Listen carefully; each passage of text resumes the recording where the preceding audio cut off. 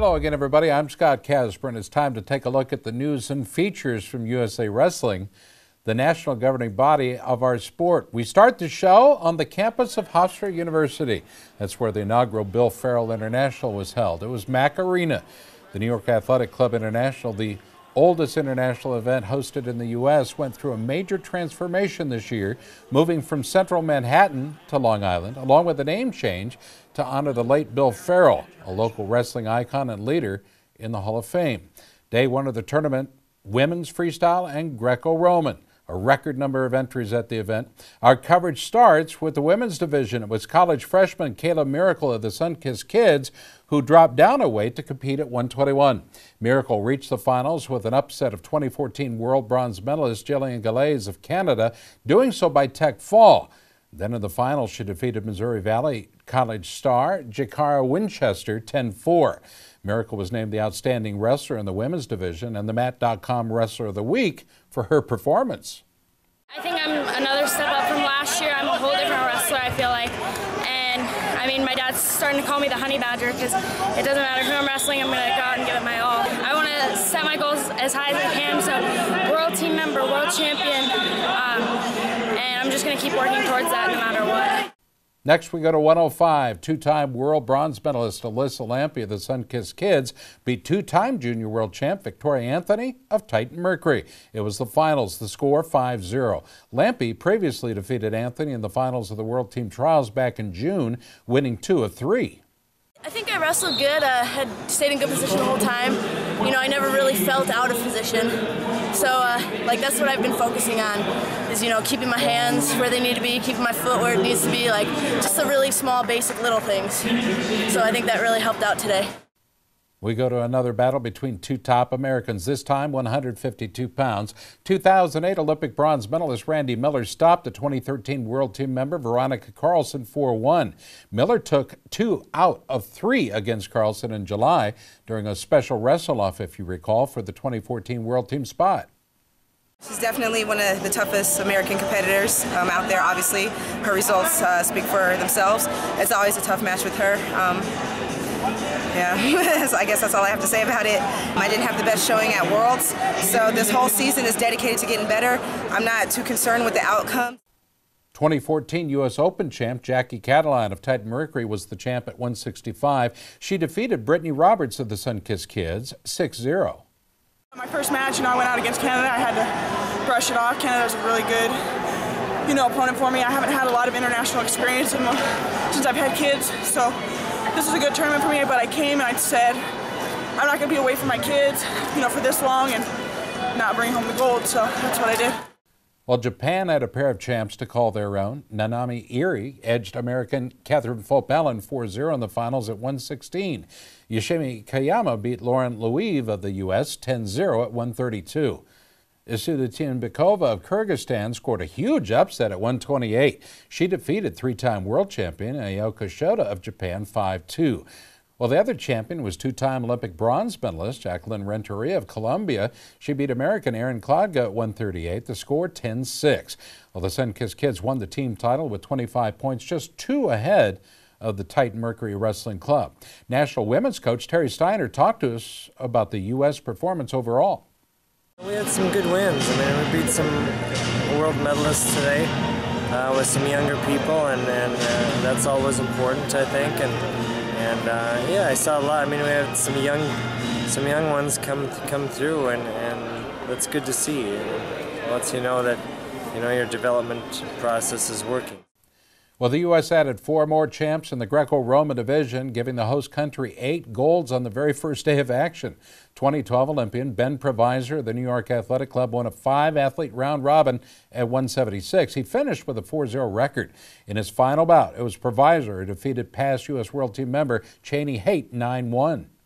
I'm just hoping for a really good season and a healthy season. And, when I wrestled in the finals at trials, I know I wasn't 100%. And I just want to get back to my 2012 Olympic form and train hard every day, and that's how I feel. In an amazing show of toughness, John Anderson of the U.S. Army went up 2 weight classes and captured the gold at 187. He defeated Zach Nielsen of the Minnesota Storm 4-1 in the finals. Nielsen is ranked second in the U.S. at that weight class, while Anderson is coming off a silver medal performance at the World Military Championships just last month. He's strong and he's talented. I knew some of his good moves, so I stayed away from his strengths and stick to mine and try to exploit some of his weaknesses, and stuck to my game plan, and it worked out. Then we saw explosive young star Kendrick Sanders of the New York Athletic Club, who won the title at 156. He scored a tech fall over American Bo Beckman in the finals, 8-0. Competition was good. Had a couple of good guys, foreign guys, to make it to the finals. Felt like I wrestled well. I wrestled up to my potential. Didn't give up too many positions. I scored when I wanted to score. So at the end of the day, I felt good with my performance. Alejandro Sancho of the Northern Michigan U.S. Olympic Training Site was dominant in the finals at 145. He secured a tech fall over Mexico's Manuel Lopez, 8-0. Pretty much my strategy was stay solid with this guy. I knew he was strong and he liked tying up, going for those body lock throws. So I saw the opportunity with that arm throw, took it, got 4 points, and then he tried body locking me again. I pretty much stepped out and caught him. Well, the outstanding wrestler in the Greco-Roman division, 2012 Olympic bronze medalist Johan Uran of Sweden, he pinned Eric Nye of the U.S. Army 4 minutes 2 seconds in the championships. This was my first time on the Bill Farrell and my first New York visit, so I had a nice experience here. I need to have a good day and a good draw. Right. It's so small marginals, so if I look back on my world championship, I didn't do anything bad, I think, but I just didn't have the luck that I needed. Well, Egypt crowned a champion at 130 pounds when Mustafa Hassan won the tiebreaker with a 6-6 win over Army's Jermaine Hodge. We'll go to 165. It was Sweden's Robert Rosengren who beat Juan Angel Escobar of Mexico. 6-1 got the gold there. Israel won the title at 217 pounds when Robert Asvian edged out Sweden's Frederick Schoen 2-1. Well, the host New York Athletic Club won the Greco-Roman team title, finishing 13 points ahead of the runners-up Mexico and Sweden. National Greco-Roman coach Matt Lindland weighed in. I liked some of it, for sure. Yeah, there was a few highlights. Anderson had a great tournament. Sancho had a great tournament. Some of the younger guys, Jordan Spieler, Patrick Martinez, some of these young guys coming up are performing well. They were exciting. They went out, scored points, put guys in the air, threw them. That's what Greco's about, scoring points and big lifts and big throws. Stay tuned. You're watching USA Wrestling Weekly.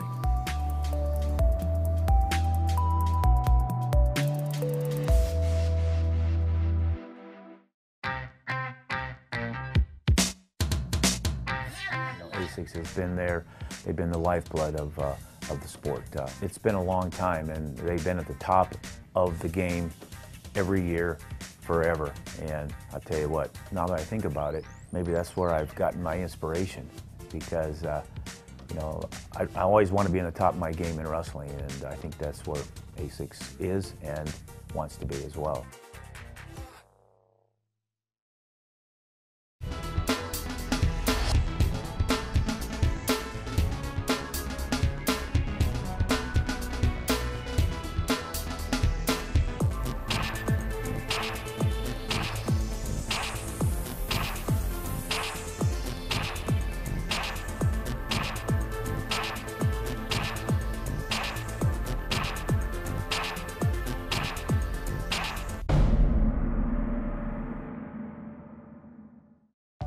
Hi, I'm Wayne Boyd, Director of Operations and Development for Titan Mercury Wrestling Club.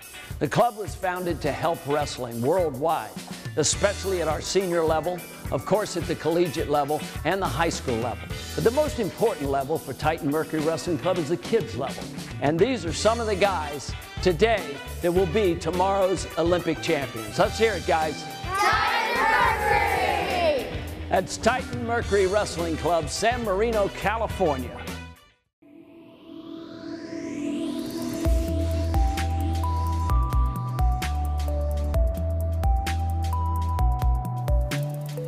All right, welcome back. The last day of the Bill Farrell International featured men's freestyle, and Team USA, well, they had another strong day with 5 individual champs. The outstanding wrestler is one of the biggest surprises of the event. Former Bloomsburg athlete and American University assistant Richard Perry, now wrestling for the New York AC.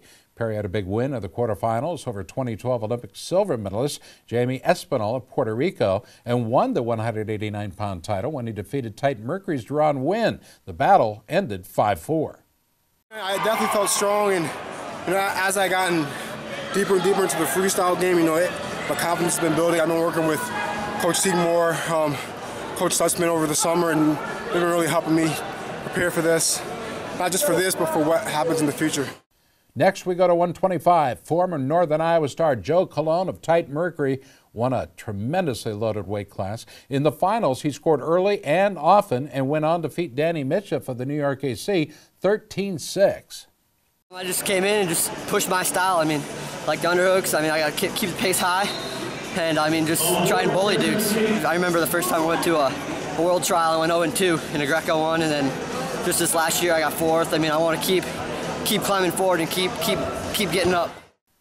Former Boise State wrestler, now with Titan Mercury, Jason Chamberlain, well, he had a great day at 143. In the semis, he defeated two-time world team member Reese Humphrey and fought through a rib injury in the finals to defeat North Carolina's Evan Henderson. The score 8-3. It just kind of took my breath away for a couple seconds, so that break just kind of helped me a little bit, and I just kind of had to tough out the match, and I know it's my last one, so I'm going to do whatever it takes to try to win. Well, he moved up a weight class and won his first major international event, Enoch Francois of the New York AC.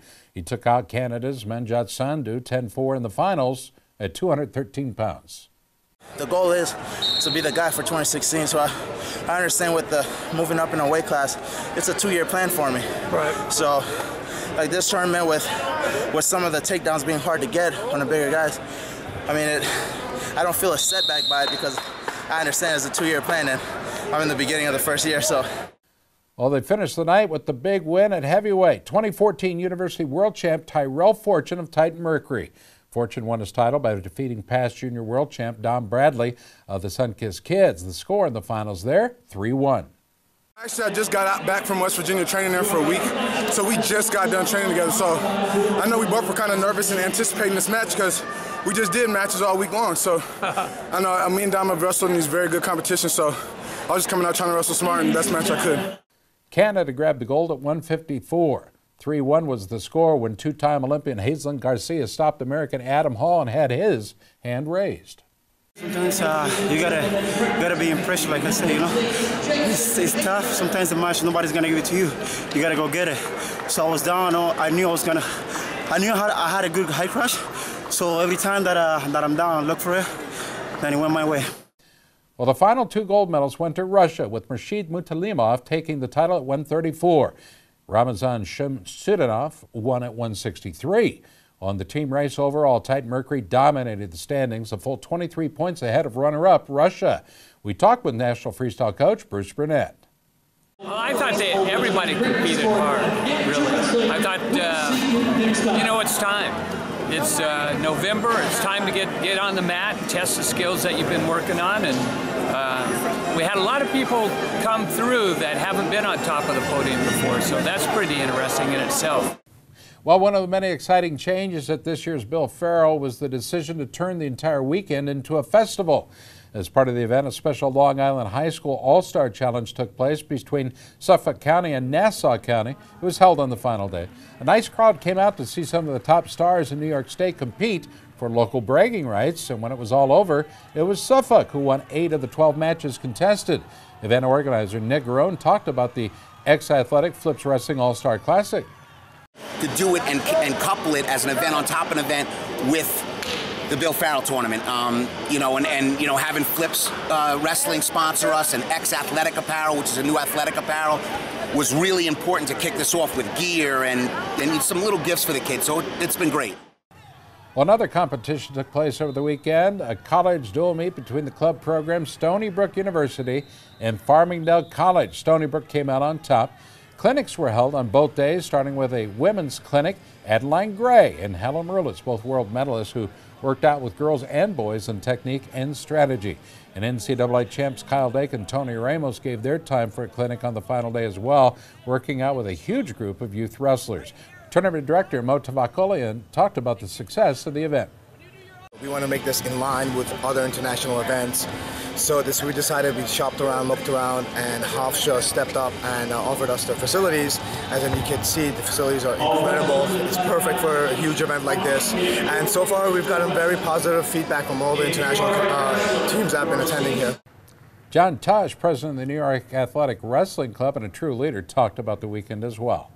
Unfortunately, this year we lost several of our family in Bill Farrell, Setrak Argonian, and Alex Porter. So it became even bigger for us and more of a emotional effort to make this very successful. And so far, so great. And I think it's a huge tribute to those three men. We'll take a quick time out. Stay tuned. We'll be right back.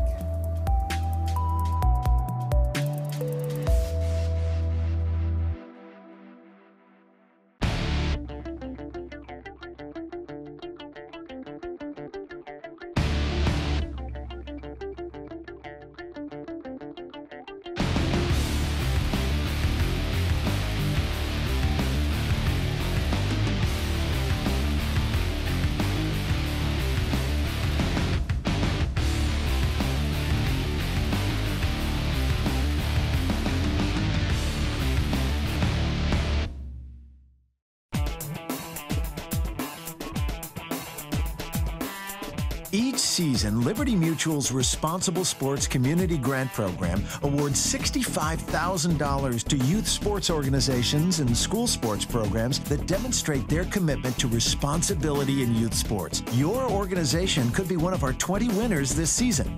It's easy. Simply visit responsiblesports.com and click on the Community Grant Program. Administrators register their organization with the program, then reach out to rally parents, coaches, and team supporters to log on and review either the Responsible Sports Parenting or Responsible Coaching Guide. Then complete the quiz and showcase your mastery of the concepts. Every successfully passed quiz is worth a point that you can credit to your favorite youth sports organization or school sports program. Connect with friends, family, and neighbors to rally more support. The teams and schools with the most points at the end of the grant period win. It's that simple. Watch the leaderboard throughout the grant season, then rally more of your supporters to increase your totals. Liberty Mutual is committed to celebrating and championing youth sports and to financially supporting organizations that demonstrate their commitment to responsible sports. Join the movement and start earning points toward your community grant.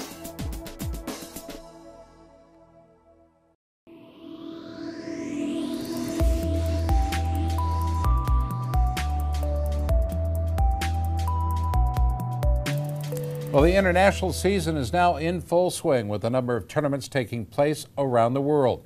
Many of the U.S. women who were in New York for the Bill Farrell went straight to Russia for training and another top tournament. 15 Americans are entered in the Open Cup of Russia this weekend, including past world champs Clarissa Chun and Iris Smith, Olympic medalist Randy Miller, world medalists Alyssa Lampe and Helen Maroulis, and Sally Roberts. National coach Terry Steiner. We need to get back to work, number one. I mean, you know, we come up to World Championships. We're in a training phase, and it's jumping us back into competition mode, right? So that's the biggest thing. And we go into Russia, where it's going to be a hostile environment, probably not very friendly. U.S. wrestlers will enjoy another major opportunity coming up, the Freestyle World Clubs Cup in Joy Bar, Iran. That takes place in 2 weeks. Titan Mercury Wrestling Club has put together a strong team to represent Team USA. Included on the roster, 2014 World Team member Tony Ramos and two-time World Team member Reese Humphrey. They'll be joined by University World Champ Tyrell Fortune and past NCAA champ Andrew Howe. Tony Ramos talked to us about competing in the wrestling hotbed, Iran. I've never been there, but I'm excited. I've seen videos from the World Championships there. I've heard stories, so you know, it was a great opportunity when they asked me to go and do it, and I'm getting ready and I'm preparing for it, and I'm excited to go over there and get some foreign and international competition. Well, the college wrestling season is kicking into full gear as well, with tournaments and early season dual meets littering the landscape across the country. USA Wrestling had the chance to cover a Division I clash last week as Big Ten Power Nebraska took a road trip to face Western Wrestling Conference leader Wyoming. Well, the match started with a Cornhusker win at 285, and Colin Jensen defeated Leyland Pfeiffer 6-1. Host Wyoming had a big win at 125, where 2013 All-American Tyler Cox, well, he finished strong to defeat NCAA qualifier Tim Lambert, the score 7-4. Me and Lambert have butted heads a couple times. I knew his style, he knows my style. It's just one of those matches you just got to grind out and you know, catch him when he's sleeping and really stay in good position the rest of the match. It's a chess match between us two. Nebraska ran off 2 straight victories with a win by Eric Montoya at 133 and a major by Anthony Abbott at 141. Wyoming bounced back at 149. It was Jake Elliott who worked past James Arthur 5-3. Nebraska rolled out its top guns the next 3 weights to put the duel away. We go to 157 first. 3-time All-American James Green scored on a leg shot and locked up a cradle and pinned Archie Colgan. It's real exciting, you know, get to wrestle alongside with my teammates. And, you know, we prepared all preseason for this. And it's good to get the first one out the way, so it was real good. Nebraska picked up another important win at 165. It was Austin Wilson defeating Dakota Freest 5-2. Well, the Cornhuskers then rolled out 2-time All-American Robert Kokish at 174. He got stronger as the match went on and defeated Andy McCulley 5-2. You know, I have a lot of faith in my coaches, a lot of faith in my team, and you know, I didn't want to let that affect the way I wrestled the rest of that tournament and the way I'm going to go into the rest of the season. So, you know, I just need to stay confident with myself, believe in the coaches, and most importantly, believe in myself. Wyoming bounced back and closed out the meet with wins from Benjamin Stroh at 184 and Shane Woods at 197, but it wasn't enough to overcome the deficit. The final score, Nebraska 22, Wyoming 13. Husker head coach Mark Manning. Some of our guys showed a lot of good fight, a lot of good, you know, momentum that they can use going in tomorrow.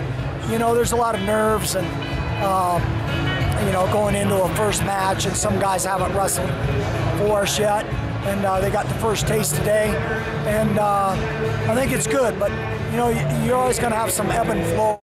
We also talked with Wyoming head coach, the host, Mark Branch. We had too many guys that dropped their head, especially on bottom. We had seniors that were getting ridden out for a whole period. Even though they were against quality wrestlers, it can't happen. We won some good matches. We won some big matches. I'm proud of a few guys.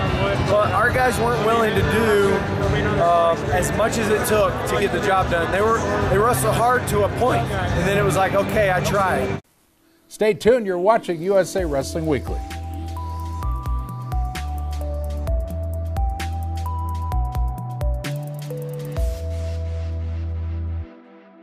There comes a point in your life that determines who you are, whether you will lead or follow, whether you will fight or give in, whether you will win or lose,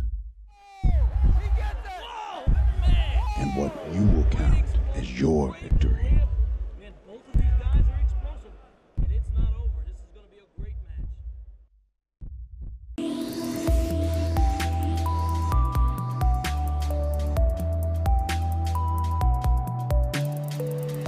Now let's take a trip to Iowa City, Iowa. It's where the Iowa Hawkeyes held their Wrestling Media Day. They'll have a veteran team on the mat this year. Hawkeye head coach Tom Brands talked about this year's team and the task ahead. Getting back on top of the heap, I don't think you change a whole lot. I'm not one of these guys that's a proponent for shooting from the hip. I do know that we have to do some things differently as far as personnel, and getting guys to do some things differently so they become more consistent. But you know, you're asking me to go a completely different direction. That's not going to happen. How fired up am I? Hey, it's time again. Well, sports fans, no doubt you've been noticing wrestling a lot in the news as of late. The major motion picture Foxcatcher makes its debut in New York and Los Angeles. Directed by Academy Award winner Bennett Miller, the movie follows Mark Schultz as he moves to Philadelphia to train under eccentric millionaire John E. DuPont at his wrestling facility, Foxcatcher Farms. Foxcatcher is the story of Mark's life through the 1987 World Championships and the 1988 Olympic Games, and how his complex relationship with DuPont affected his life and his connection to his older brother Dave. You won't want to miss this film, so let's take a look at the dates on your screen and check out Foxcatcher in a theater near you. All right, folks, it's time for the USA Wrestling Photo of the Week contest. The pictures are sent in from around the country by wrestling families and fans. They're being considered for the photo contest page in our USA Wrestler magazine and our USA Wrestling Facebook page as well. This week's pick was sent in by Jamie Smith, and it shows 9-year-old Dolson Smith of Montgomery, Pennsylvania. That Dog Pound Wrestling Club famous now. He's pinning his opponent with a leg cradle at a recent tournament. You can have your picks considered for our contest simply by emailing them to Gary Abbott at gabbott@usawrestling.org. That'll do it for this week's show. We appreciate you watching. From all of us at USA Wrestling, I'm Scott Casper, and have a good one, everybody.